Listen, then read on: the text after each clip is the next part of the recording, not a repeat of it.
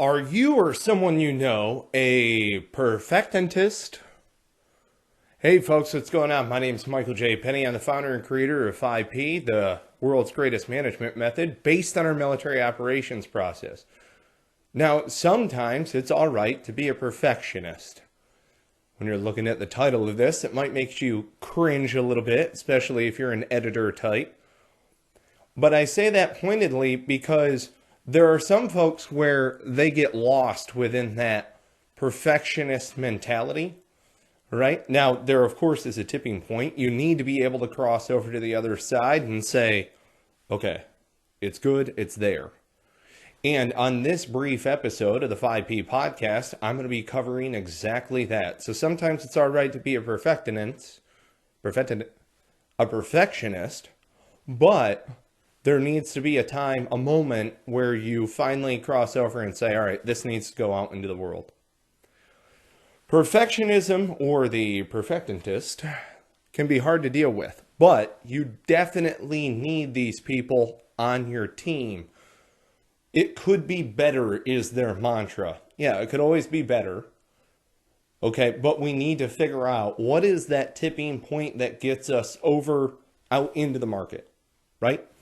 So in this episode of the 5P podcast, we will discuss the 80% rule in order for you, the listener, to have a clear benchmark for determining when something is done, finished, accomplished, completed. It doesn't have to be perfect. It does, however, have to be completed. All right, so the intent of the 5P episode here is for you, the listener, to gain a better understanding of the 80% rule. And you'll see where I'm going with this.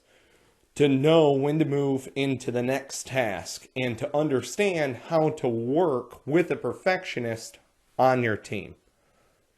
So let's get into this a little bit. What is the 80% rule? For me, the 80% rule is, are you 80% sure about your plan?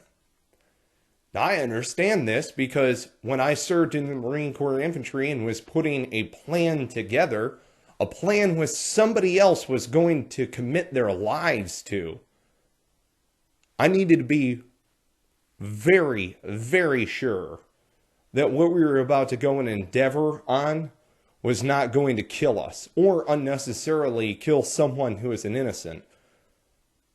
So I had to be able to develop a plan, which I could then brief to a group of people to then go and commit action together.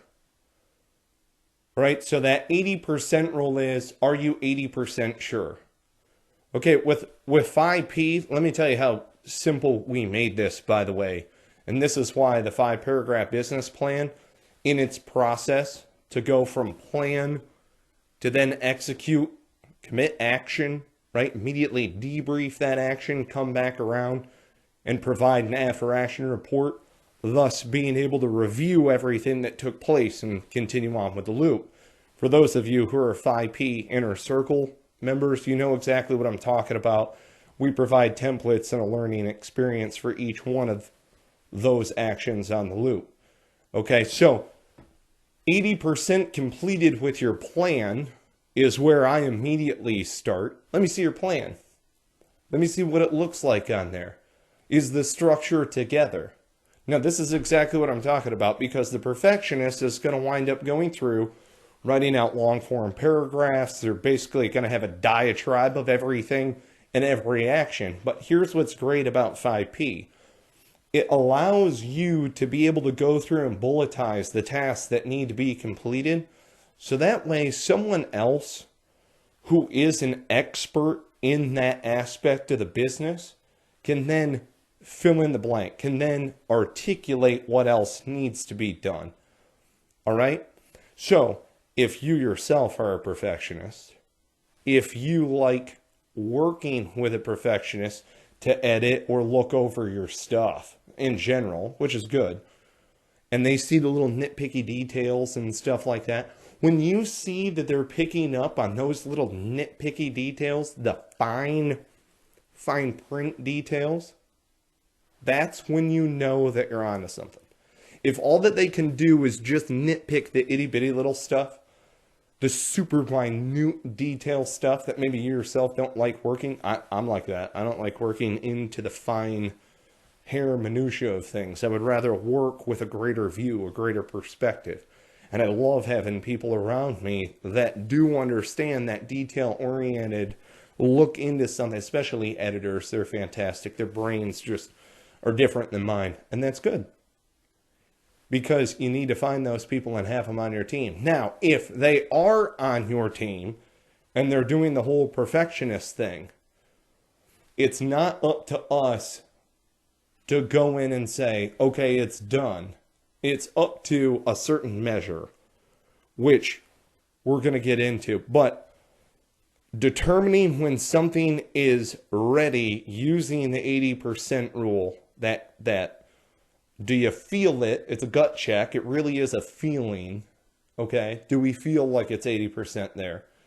And I mean it that way because you're just never going to get 100% there, especially if you're dealing with a perfectionist. Okay? At some point in time, you have to get that out into the market. All right?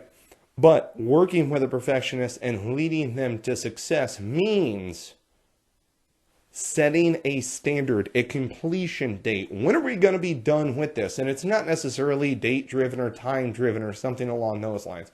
It could be based on whatever your project is. But what I mean about the 80% rule, okay, is in building a plan, in putting together the things inside of the element of the plan. Because what you're doing is you're putting together the process for the next folks. And what I mean by this is, let's say, for instance, your perfectionist is somebody within the accounting department, which is a very good thing. All right, bear in mind, you want the bean counters to really be detail-oriented, and God bless you, folks. But when you're working with somebody like that, the numbers have to be there. They all have to be together in a structure, and it has to be something to where they feel comfortable about it. How do you tease that out of someone? How do you get that degree of comfort? Now, you've heard me say this in other videos, in other episodes. Great leaders focus on the nouns. And this is a little bit of a preface for a video that I'll do later on. Great leaders focus on the nouns. People, places, things. And it starts with the people. So you're putting the right people into it, and they understand that you're working towards a goal. And that goal is a combined effort, combined mission. We are all on board with the mission of this organization. If you want this mission to succeed, I need you to be done. Give me that gut check. Tell me that you feel comfortable with the numbers, and I get it. I'm the guy, the leader, who has to heap that burden on top of me, right? You can delegate authority, but not responsibility. So they're responsible in order to get those numbers right, but in the greater scheme of things, I may be responsible for a great many different departments, not just what they oversee. And you understand that the further you go up through your leadership chain, or at least you should. The 80% rule is a feeling. It is. It's a gut check. It's looking at something, going back through it. Maybe you're on your second or third edit. And again, you're working with a perfectionist in order to edit through whatever it may be. It might be an article, a journal article. It might wind up being a book or something along those lines within that example. Okay, or in this, it's a plan. And you have to go to these other different minutia-driven, detail-driven people, and you have to be able to put together that plan. And how are you going to be able to work together inside of a group with a perfectionist who's constantly like, it could be better, it could be better, it could be better. And that's great, especially when you're testing in iterations. Okay, so that leads me to what will arguably be my last point. When you're working with a perfectionist, okay, remember that there's the next iteration, right? I myself don't necessarily like to admit this all the time, but when you look back at how 5Ps started, which was in May of 2017, as far as putting together a website and other stuff like that, it was 4 buttons, and you could pre-order the book. Honestly, it was kind of embarrassing looking back at it. But think about it, that was the first iteration. Go to 5paragraph.com and see what we're working with now. You will be pleasantly surprised. For those of you who have already got the book, for those of you who have already downloaded the template, you've seen the results as far as being able to put a plan into action. What 5paragraph.com offers now, we've come full circle. Right? It's not just putting a plan out into the world. It's not just going and committing action. But it's being able to debrief that action immediately. And you'll see what I'm talking about when you go in there. Immediately, you need to be able to debrief the action of the day, of the shift, in a timeline, in a sequence of events. And you'll see what I'm talking about. Go to 5paragraph.com, join the inner circle, be a part of the growing 5P community. Hook up with me, Michael J. Penney. I love working with all of you guys. I love coming into your locations. I love doing the advisor sessions. I love working like this. So get in touch with us across 5paragraph.com. But here's the thing though, when you come around full circle and you're talking about, okay, you debrief and then you're going to combine it into an after action report.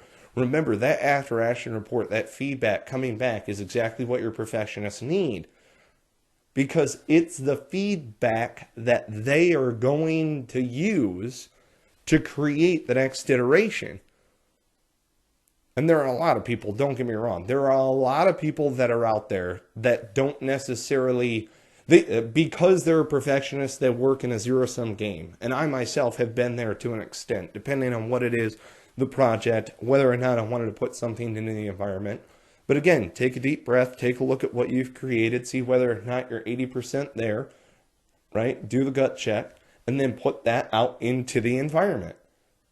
That's what I'm talking about here, okay? And then be able to monitor what's happening as far as the feedback is concerned, so that way, when you get that feedback, then you can adjust accordingly. That's what we are talking about here, all right? So, are you a perfectist? And if so, that's okay. And if you have perfectionists that are working on your team, I hope that I've gleaned a little bit of wisdom as far as how you can work with those people in order to get that gut check. I know what that's like. I've been a young person manager in a life or death scenario. I know exactly what that's like. Having someone's lives in your hands when you're planning an operation, it makes you think twice. And if you have any insecurities about what's going on, you best not be in that position.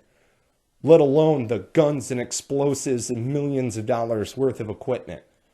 There is a whole lot of responsibility that is being put on our young leaders in the military to be able to go out and execute that job on a daily basis. What we've done here is brought the process that we use to lead and execute in those environments to you. So that way you can use it. Check it out at 5paragraph.com. Continue to subscribe, rate, review, download the podcast that's out there, subscribe to the YouTube channel. Be a part of this growing movement. And look, we ain't going around anytime soon, all right? We ain't going away anytime soon. 5P has been here in America since the Revolutionary War. And before that, the Spartans are as far back as I can find, 936 BC, where they were using situation mission execution to work in small unit teams in order to work cohesively towards a singular objective. How are you going to get mission buy-in from your perfectionists? How are you going to get mission buy-in from your people? You got to lay out a plan. You've got to brief that plan.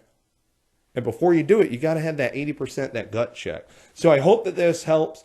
Be sure to subscribe to the YouTube channel, to the podcast, rate, review us, iTunes, Stitcher, Player FM. Go on Heroes Media Group. We are a proud member of the Heroes Media Group network. Shout out to Mr. Adam Bird. So keep things going, folks. And I welcome your feedback. Go ahead, put it in the comments section. And until next time, take care and be well.